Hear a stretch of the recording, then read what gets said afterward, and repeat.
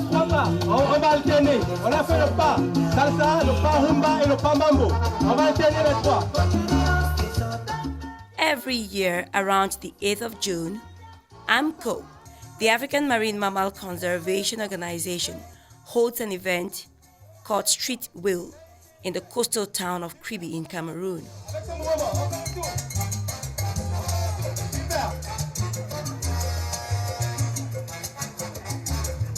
The aim of Street Wheel is to raise awareness about what we have in our oceans and the need to conserve marine wildlife, as well as their habitat, the ocean.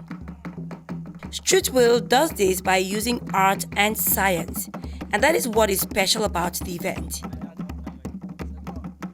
The month of June is chosen because this is when World Ocean Day falls.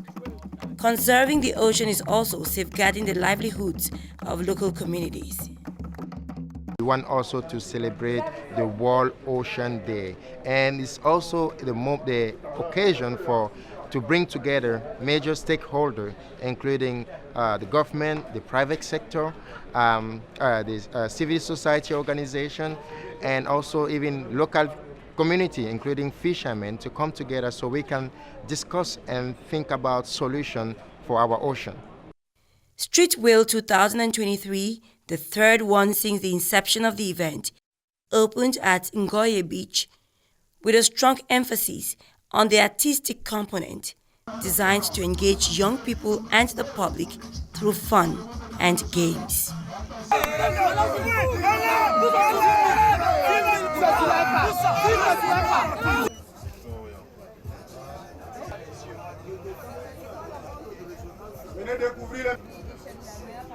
Very few people were even aware that we have marine wildlife in Cameroon. I remember when we were posting photos of whales, dolphins on our social media platform, people were saying that it's not in Cameroon, that it's in South Africa. Street Wheel 2023 brought together stakeholders and participants from 17 countries. There were also government representatives, world-class experts, and personalities of high social standing. Street Wheel is about work and play. The second day of Street Wheel was about work. It was marked by scientific workshops where various scientists and civil society organizations presented papers on the work they were doing. Some of the papers shared ideas about what was happening or being done in various countries.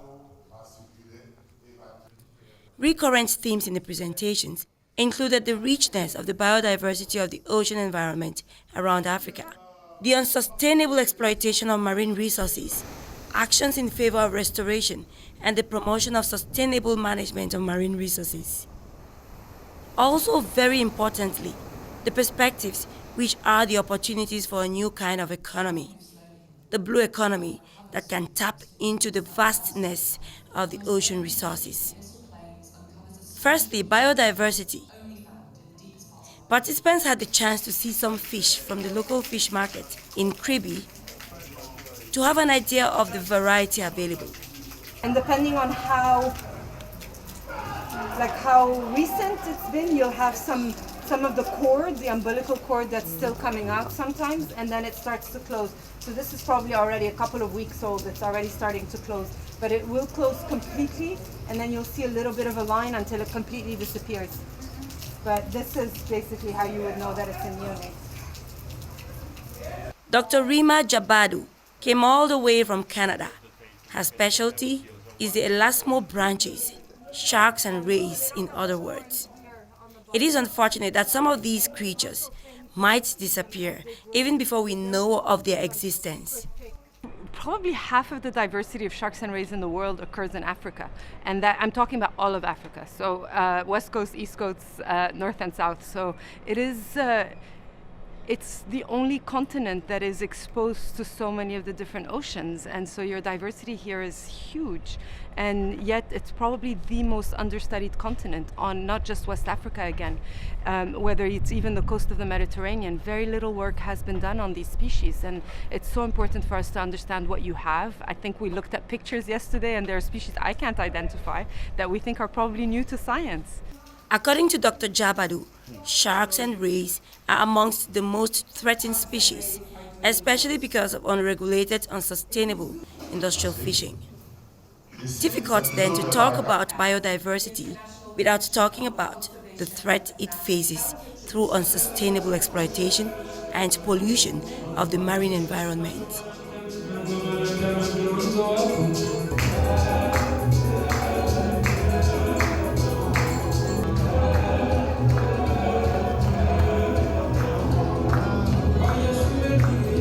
Another major theme was unsustainable exploitation. Dia Aissata of Senegal was here to present our organization called Blue Ventures. Their motto is Thriving Fisheries, Thriving Oceans. The organization is present in 14 countries, and their focus is to promote the sustainable management of fishing in fishing communities. They also lead a coalition called Transform Bottom Thrawling. Members of the coalition include several organizations and countries. Bottom trawling is a very destructive and unsustainable kind of fishing. Chalutage de fond, comme vous l'avez demandé, c'est un engin de pêche en fait qui est très destructif en fait, non seulement pour les espèces mais aussi pour l'habitat de l'espèce, donc c'est-à-dire sur tout l'écosystème marin. Parce que dès qu'un chalut passe en fait quelque part, nous voyons que tout, elle racle tout à son passage, donc ce qui fait que c'est complètement néfaste en fait pour nos coraux, pour les herbiers marins, mais aussi pour d'autres habitats de certaines espèces, sans oublier aussi bien sûr des captures accidentelles qu'elles causent au passage. The theme of bottom trawling was continued by Dr. Nyamsi of Cameroon. His main concern was how to make biological rest contribute to the sustainability of fisheries with regards to the protection of the marine environment in Cameroon. Biological rest is practiced in some inland bodies of water, such as Lakes Bamenjing, Artificial Lake in the northwest region of Cameroon, and Lake Maga in the north of the country. It is a well-defined period where no fishing is allowed in order to enable fish populations to recover and grow. Several papers sounded a warning that the ocean is under threat and needs to be protected. The threats faced by the ocean include climate change, pollution, especially plastic pollution, which is increasing every single year, and especially illegal fishing activities. In the case of Cameroon, the country received a red card from the European Union in 2022. Thanks to the red card, Cameroon is banned from exporting their fishing products to the European Union. What led to the ban was that fishing boats carrying the Cameroonian flag were committing IUU fishing.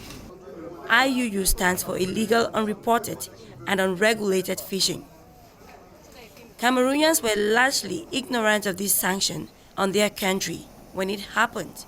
Although it was a top story in the international media, very few Cameroonian media outlets even spoke about it.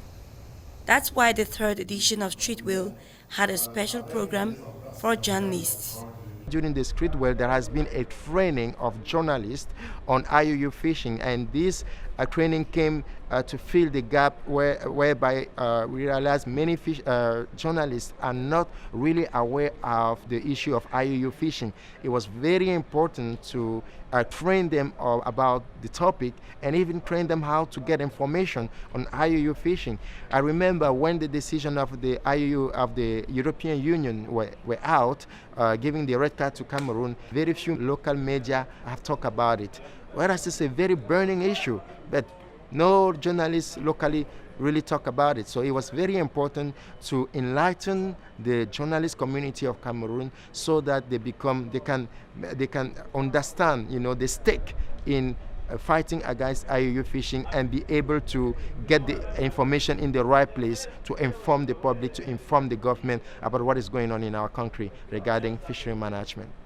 The journalists had the chance to visit and talk to local fishermen and to hear their stories about the difficulties and threats they face from those doing IUU fishing.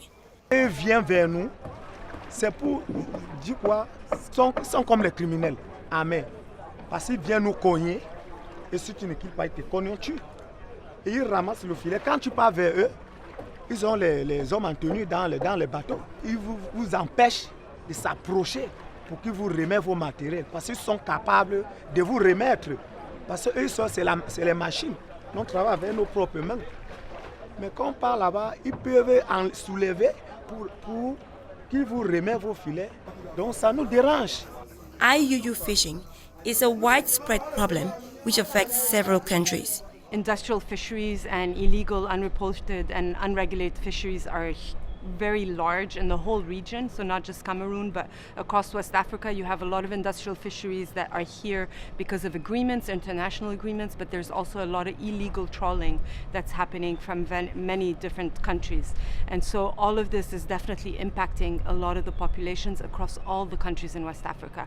So it's not just limited to one country, it is widespread, partly because there is little capacity for enforcement. So there's a lot happening, it's a very big ocean, and there are not enough eyes to see what is happening and to control it. The impact of IUU fishing is being greatly felt by fishermen. À l'époque, comme on a commencé la pêche, il y avait beaucoup d'abondance de poissons. On pêchait de poissons, tout genre de variétés de poissons. On n'avait pas besoin de mettre beaucoup de filets dans la pirogue pour avoir de poissons. Mais ce qui dérange à l'heure actuelle, c'est que ce sont des chalutiers qui sont en mer. Les Chinois, ils ont amené certains filets qui ramassent des qualités de poissons, qui finissent même le poisson en mer. À cause de ça, pour avoir même 10 kilos de poissons, c'est tout un problème. Il faut mettre 100 km de filets pour tuer le poisson. Donc eux sont venus là vraiment pour détruire seulement le poisson. It is therefore important for countries to join hands in tackling these problems. EJF, or Environmental Justice Foundation, present in 15 countries, was a participant at Streetwheel. They are helping the government of Cameroon to fight against IUU fishing. We are supporting the government to control the vessels at the Cameroon economical zone because it's important to monitor what's going on around our sea. EJF is supporting MINEPIA by giving them information in order to monitor what's going on the sea. And also, we have supported government in revising the new legal framework that's going on by including transparency measures. For instance, one of the key transparency measures that we have included in this new legal framework, it is the publication of the fishing licenses, which is a key component of the transparency. Why? Because, for instance, if a fishing vessel is conducting activity in our national waters, it's important to know that is this vessel registered in Cameroon, if this vessel has a fishing licenses, and somebody, even at the international level, can check if a vessel flying the flag of Cameroon is actually registered in Cameroon by just going online and check that list. The FAO is also working with the government through the Fish for ACP project to improve the regulatory environment governing fish resources management. The aims are to improve livelihoods, boost economic development, while ensuring sustainable management of fishery resources. Fish for ACP is an initiative of the Organization of Caribbean and Pacific States, financed by the European Union and the German Development Organization, GIZ. The project involves 12 countries and 12 different value chains, such as streams, of which Cameroon is renowned. The project started in Cameroon in 2021 on the application of the government, which wanted to relaunch the exportation of shrimps. Nous travaillons, c'est participer à la révision de la loi sur les pêches. Parce que toutes ces mesures doivent d'abord faire partie de la loi et pour permettre maintenant que les responsables, les autorités puissent s'assurer que les uns et les autres respectent cette loi. Et justement, notre loi est devenue assez vieille depuis 1994 et il y a eu beaucoup de choses qui ont changé dans cet environnement qui étaient nécessaires d'introduire dans la loi. Aussi bien cette question de pêche INN dont on parle beaucoup, il y a eu beaucoup de choses qui n'étaient pas dans la loi pour pouvoir se faire traquer sur le quotidien. C'est donc pourquoi, Dans les activités de projet, toutes ces questions sont mises en œuvre à travers l'axe 1, assurer une pêche durable, qui consiste donc à voir comment introduire tous ces dispositifs dans la pêche de manière obligatoire, les faire respecter par tous qui sollicitent une licence de pêche. Il faut bien qu'ils respectent ces mesures pour qu'ils puissent exercer.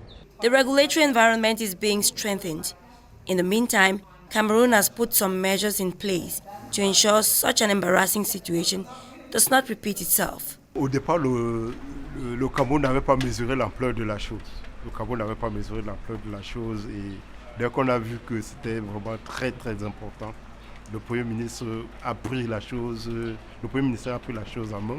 Je vous ai dit que le Premier ministère, à la date d'aujourd'hui, a interdit toute nouvelle immatriculation. Donc depuis là, il n'y a plus de nouvelles immatriculations, mais nous sommes en train de faire le maximum d'efforts pour sortir de cette situation-là. Blue economy. An important way of mitigating the degradation of aquatic environment, both river and marine, is by guaranteeing the livelihoods of local communities. This is part of a concept now known as the blue economy. The concept emerged in 2012 at the United Nations Conference on Sustainable Development in Rio. It is about the sustainable use of the benefits of our inland and marine aquatic environments, and using the potentials of these ecosystems to create wealth while preserving them. The African Union has endorsed the concept and developed and adopted an African blue economy strategy. Mathieu Ducoq, a geographer and marine management and governance expert, did a presentation on the blue economy.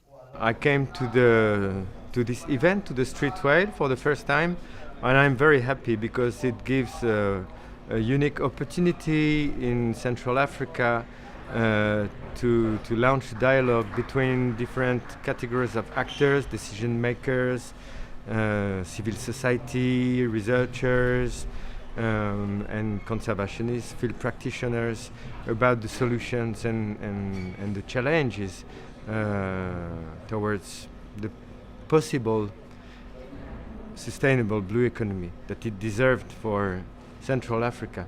He believes that with 38 countries in Africa having access to ocean and therefore to a vast exclusive economic zone, the potential for the blue economy is huge, though neglected.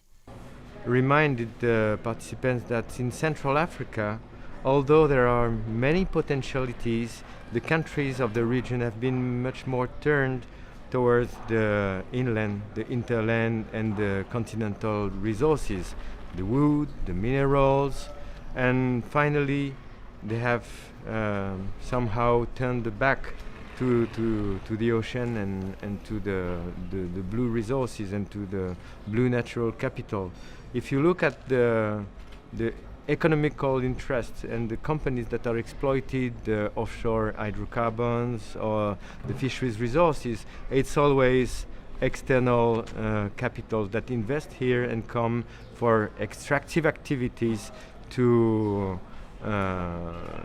develop commerce and international valorization of these natural resources elsewhere in other parts of the world. And they don't reinvest the money that they earn in the region. So it's very timely for the countries of Central Africa to change their posture and try to adopt a new paradigm, a new vision of what could be the blue economy for the region. Interest is being awakened in the African countries, and baby steps are being taken in a number of initiatives around the continent. Initiatives like shellfish gathering and sea gardening of shellfish. One such initiative presented during Street Wheel was from Tanzania, where Jerry Mangena spoke about coral reef restoration through coral gardening. We have 5 objectives, one centered on aquaculture, and here we are promoting economic friendly but also economic competitive but also sustainable aquaculture, supporting conservation.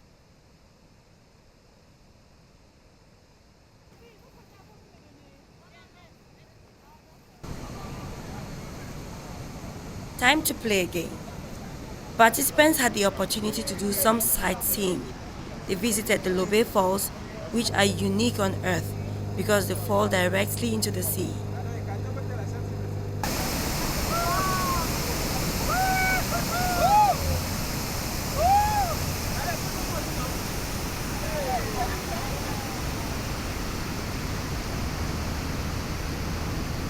They were also treated to the local cuisine and a boat race.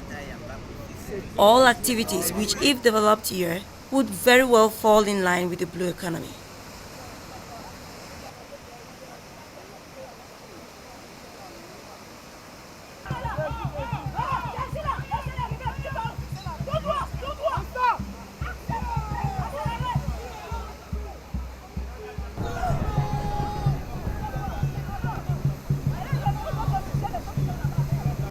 Time to work again. On the fourth day of Street Wheel, participants are partitioned into working groups in order to brainstorm and come up with ideas for protecting the ocean. From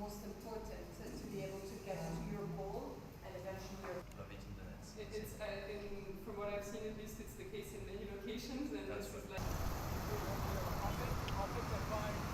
On the last day of Street Wheel, a very visible monument is built in the heart of the coastal town of Kribi, using the plastic bottles to raise awareness about the negative impact that plastic waste has on the ocean. We already seen the first impact, although it takes a longer time to see major impact. When we talk about marine conservation, it's not like, constructing a road. It's really a change of perception, change of mentality. And, mentality are strong and they usually take time to change. But we are glad that we're seeing more and more in media how people are talking about marine wildlife conservation. People are talking about street wheel, and we're seeing more participation from the government. A concrete result of Street Wheel is the creation of the Cameroon Network of Marine and Coastal Management. They are currently working on impact policy change by developing strategies and management plans for the protection of the ocean and marine wildlife. When ready, the proposal will be presented to the government for validation.